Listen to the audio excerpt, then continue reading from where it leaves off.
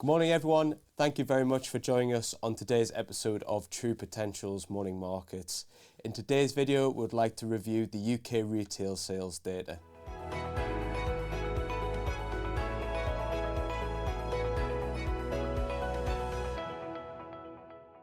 This morning we had the release of the UK retail sales data, which is gathered by the BRC or the British Retail Consortium.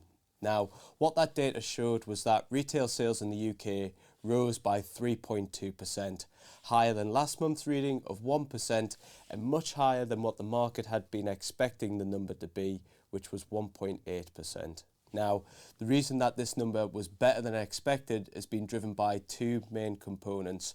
The first being the earlier Easter holiday and the associated bank holidays that we've had, where people have been spending during that period. But also analysts are talking about the ease in the cost of living crisis that we've seen within the UK.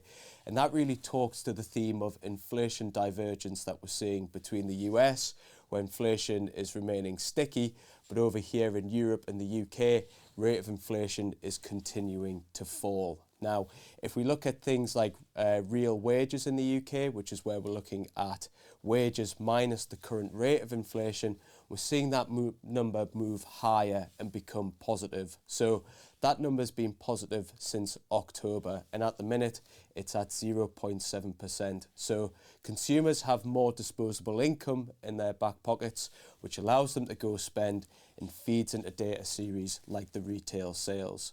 If we look at things like the City Economic Surprise Index for the UK, which measures whether data has been better than what has been expected, that number is also moving higher and is positive. So within the UK, we're seeing data become more and more positive, and that's largely due to that rate of inflation falling, giving consumers higher confidence to be able to go and spend and generating economic activity.